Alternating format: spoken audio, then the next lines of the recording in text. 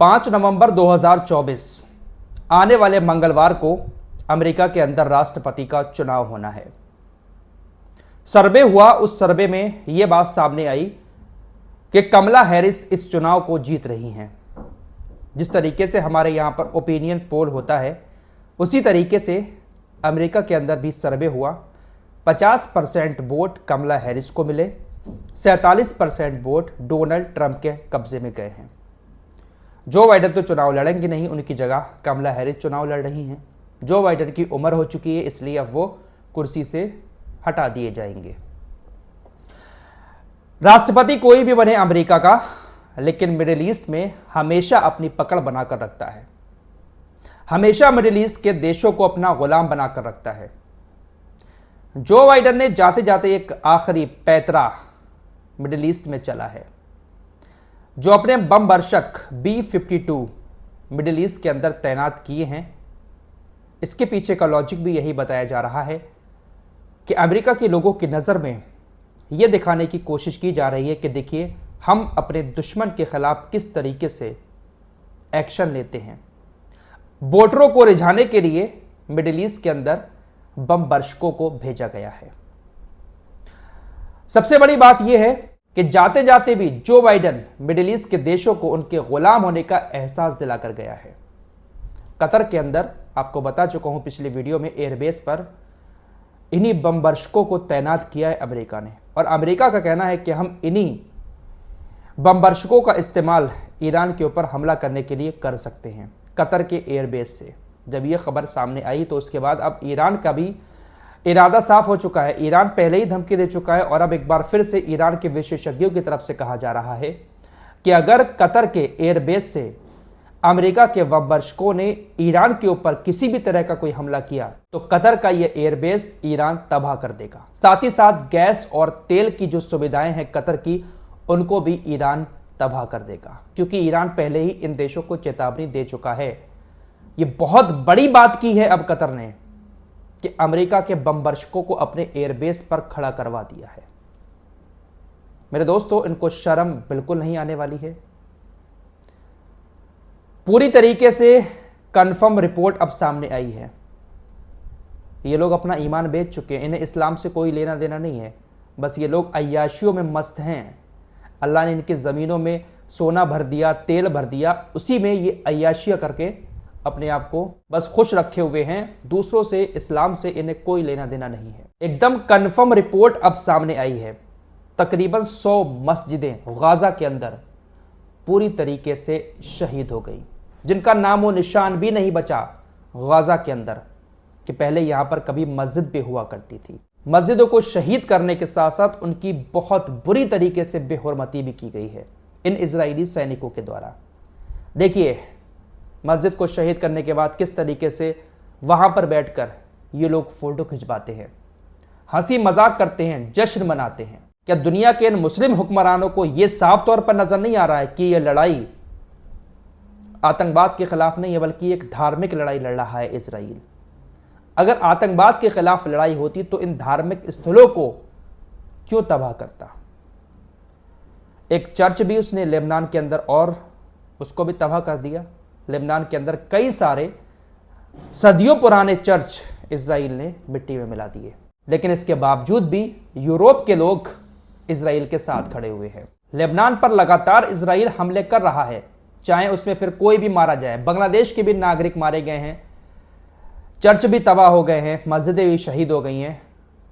ये इजराइल का defence minister योब Gallant ये कह रहा है कि जब तक हमें ज़रूरत महसूस होगी हम लेबनान पर हमले करते रहेंगे।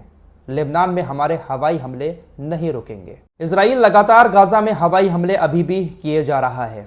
उन हवाई हमलों में बच्चों की मौत हो रही है। यूनिसेफ का नाम आपने सुना ही होगा, दुनिया की एक सबसे बड़ी संस्था है जो बच्चों की देखभाल करती है। जहाँ पर युद्ध हो रहा होता है वहाँ पर बच्चों को खाना वाना खिलाती है, लेकिन यूनिसेफ भी कुछ नहीं कर पा रही है।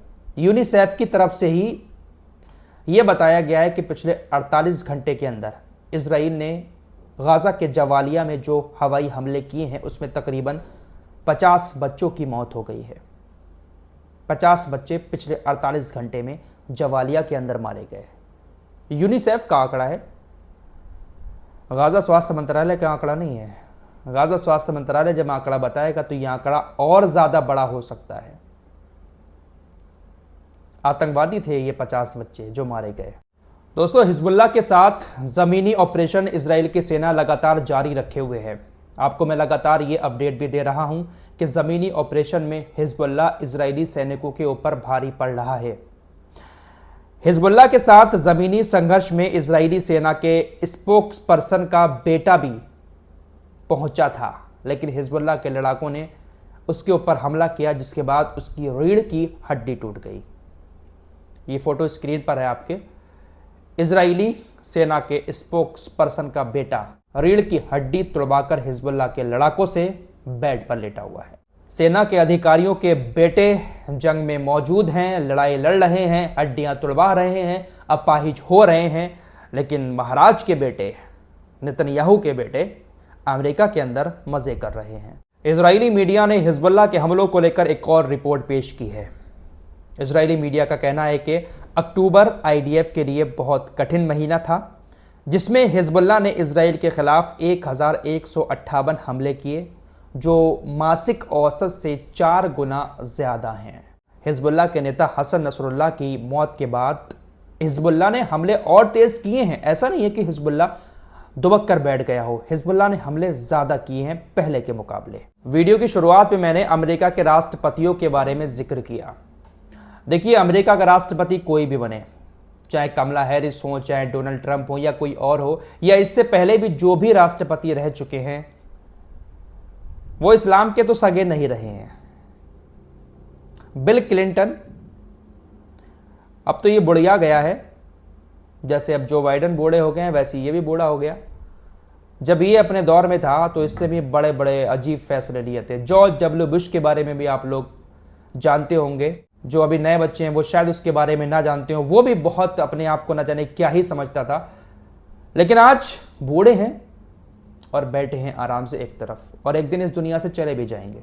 अमेरिका के इस पूर्व राष्ट्रपति बिल क्लिंटन ने कहा कि इस्लाम से पहले इजराइल था। जब इस्लाम आया दुनिया के अंदर, इजराइल उससे पहले था। वो चाहते हैं कि यहूदी इजराइल छोड़ दें, ऐसा कभी नहीं होगा। यानी हमास को, हिजबुल्लाह, हुतीज और इजराइल के बारे में ये कहा गया है कि वो चाहते हैं कि यहूदी इजराइल छोड़ दें, ऐसा कभी नहीं हो सकता। राजा डेविड के टाइम से ये जो जमीन है वो यहूदियों की रही है। बिल क्लिंटन कह रहा है कि जमीन तो इजराइलियों की है, यहूदियों की है, और इस्लाम से पहले ये मौजूद थी। यहूदी इस जमीन को छोड़ ही नहीं सकते, ऐसा कभी हो ही नहीं सकता। इस्लाम इजराइल के बाद आया है, तो ये लोग कभी भी मिडिल ईस्ट के देशों के नहीं हो सकते। ये सिर्फ और सिर्फ गुलाम बनाकर ही इनको रख सकते हैं। कमला हैरिस आ जाएं, चाहे डोनाल्ड ट्रंप आ जाएं, जैसा माहौल अभी चल रहा है ऐसा ही माहौल आगे भी चलता रहेगा। तुर्की के राष्ट्रपति रजब तैयब एर्दोगान रोजाना ये कहीं ना कहीं जाते हैं, मीटिंग अटेंड करते हैं, कहीं पर इनके भाषण होते हैं, और रोजाना इनसे इस जंग के बारे में भी पत्रकार सवाल करते हैं, और हमेशा ये अपने आप को बचाने के लिए इजराइल की बदनामी करते हैं या फिर नेतन्याहू को आतंकवादी कहना शुरू कर देते हैं। आज भी इनसे एक पत्रकार ने पूछ लिया किसी सभा में, तो इन्होंने कहा कि देखिए भाई, नेतन्याहू मानवता का बहुत बड़ा दुश्मन है, हम नेतन्याहू को मानवता का दुश्मन कहते हैं। तुर्की के विदेश मंत्री हाकन फिदान ने कहा है कि इजराइल को हथियार देना ऐसा है जैसे खुद इस नरसंहार में हिस्सा लेना, जैसे हमने ही ये नरसंहार किया हो। जो देश इजराइल को हथियार दे रहे हैं वो खुद गाजा में नरसंहार कर रहे हैं। बीबीसी एक ऐसा मीडिया संस्थान था जिसके ऊपर लोग बहुत ज़्यादा भरोसा करते थे, लेकिन इस जंग में बीबीसी ने भी अपनी औकात दिखा दी है, और ये बात खुद बीबीसी में काम करने वालों को भी मालूम है। तकरीबन 100 बीबीसी के मेंबर्स ने ब्रॉडकास्टर को घेर लिया और बीबीसी ब्रॉडकास्टर पर यह आरोप लगाया कि वो इजराइल के फेवर में रिपोर्टिंग कर रहे हैं। गाजा में जो युद्ध चल रहा है उस युद्ध को ठीक से नहीं दिखाया जा रहा है, बल्कि इजराइल के फेवर में रिपोर्टिंग की गई है। बीबीसी में काम करने वाले 100 मेंबर्स ने ब्रॉडकास्टर से कहा है कि वो सही तरीके से काम करें, राय दी है उन लोगों को कि निष्पक्ष तरीके से काम करें। उधर रूस की तरफ चलें तो रूस की तरफ से कहा गया है कि अगर डोनाल्ड ट्रंप जीत गए तो वो यूक्रेन में युद्ध को रोक नहीं पाएंगे, और अगर उन्होंने इस युद्ध को रोकने की कोशिश की तो उनकी हत्या हो जाएगी। साथ ही साथ रूस ने अमेरिका के खिलाफ एक चेतावनी और जारी की है। कहा गया है कि रूस की मांग है कि अगर वो तीसरे विश्व युद्ध से बचना चाहता है तो अमेरिका उसकी परमाणु चेतावनियों को गंभीरता से ले। हाल ही में रूस ने अपने सैनिकों को परमाणु हथियार अभ्यास करवाया था, कैसे चलाना है परमाणु हथियारों को, और धमकी भी रूस समय समय पर देता रहता है उनके इस्तेमाल करने की।